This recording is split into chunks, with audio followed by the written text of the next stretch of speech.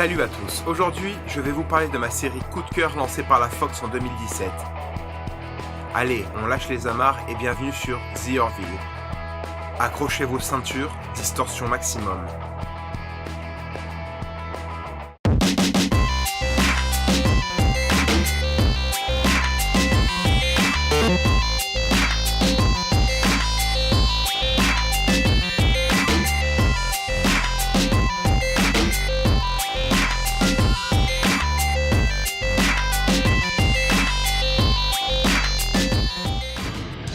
Créé par Seth MacFarlane en 2016 et réalisé par Jon Favreau, à qui on doit Iron Man 1 et 2, le scénario trouve preneur au sein de la Fox.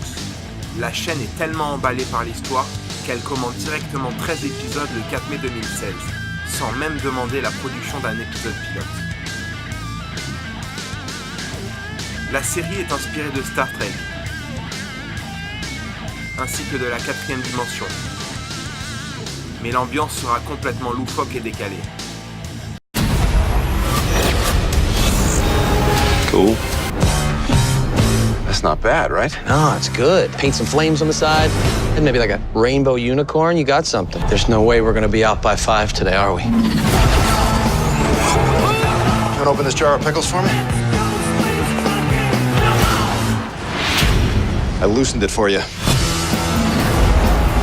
We're on the edge of the frontier of explored space. That doesn't excite you? Boom, bitch!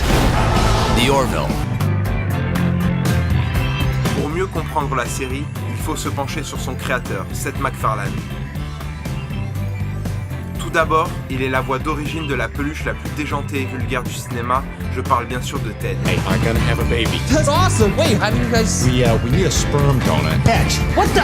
Dude, that's somebody's kid. Fight the shit! I'm gonna take a picture and post it on Facebook. What? Hashtag Monday. Il est aussi scénariste pour tout un tas de dessins animés complètement barrés, comme Cléo et Chico, Le laboratoire de Dexter, American Dad, où il officie aussi sur ce dernier en tant que producteur. Ces petites informations devraient commencer à vous aider à comprendre le monsieur.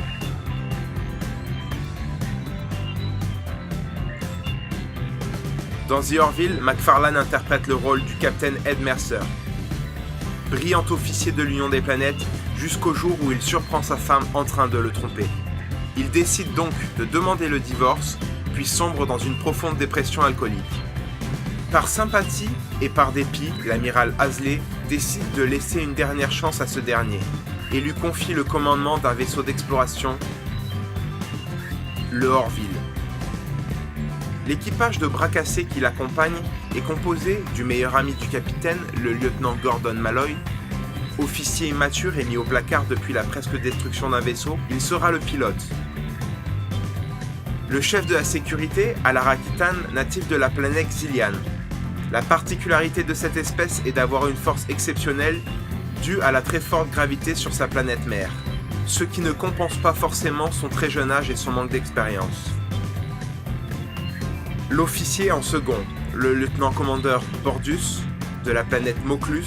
La particularité de son espèce est qu'il n'y a que des mâles. Le médecin du vaisseau, le docteur Claire Finn, qui est aussi mère célibataire de 2 enfants. Le navigateur, le lieutenant-commandeur John Lamar. Il vient de la Terre et n'est pas forcément un foudre de guerre. Isaac, l'officier scientifique, c'est une forme de vie artificielle qui vient de la planète Keylon. Son espèce est très xénophobe, mais il a quand même demandé à intégrer l'Union des planètes pour pouvoir étudier les humains. Et enfin, pour finir, le premier officier du vaisseau, Kelly Grayson, qui n'est autre que l'ex-femme du capitaine Mercer. Il y a beaucoup d'autres rôles récurrents, comme l'ingénieur Yafet, qui n'est en fait qu'un gros tas de gelée verte et qui entretient l'espoir de vivre une histoire d'amour avec le Dr Finn. La série introduit beaucoup de races extraterrestres plus ou moins hostiles, les maquillages sont très beaux et ne font pas papier-mâché. On sent beaucoup l'inspiration Star Trek, mais l'ambiance hilarante rajoute beaucoup de bonne humeur. Mais ce n'est pas pour autant que les sujets traités par la série sont légers. On sent beaucoup de modernité dans les sujets abordés, comme la religion, l'identité sexuelle ou bien d'autres. Que dire des guests? C'est juste un délire. Charlize Theron, Liam Neeson, Victor Garber et bien d'autres. Les décors et les effets spéciaux sont plus que corrects pour une série de ce genre, et je ne trouve rien de mal à dire sur cette série. En même temps, si je n'avais pas aimé, je ne vous en aurais pas parlé. Alors la série n'est pas encore sortie en France pour le moment, mais elle est facilement trouvable sur internet. Pour préparer cette vidéo, j'ai cherché de nombreux articles sur le net, et force est de constater que beaucoup de médias qui ont chroniqué la série n'ont pas aimé. Vannes trop puériles, humour pipi caca, alors je ne compte pas me prendre pour un intellectuel. Certes, la satire à laquelle nous a habitués McFarlane est beaucoup plus recherchée dans d'autres œuvres. Mais il faut prendre The Orville comme ce qu'elle est. Un space opéra décalé et nostalgique des années 60, mais pas pour autant sans sujet de fond. Voilà mon avis sur cette série. J'espère que vous avez apprécié cette nouvelle vidéo. Si c'est le cas, mettez un pouce bleu, lâchez un commentaire, abonnez-vous et partagez. Je vous dis à très vite. Restez geek. Ciao.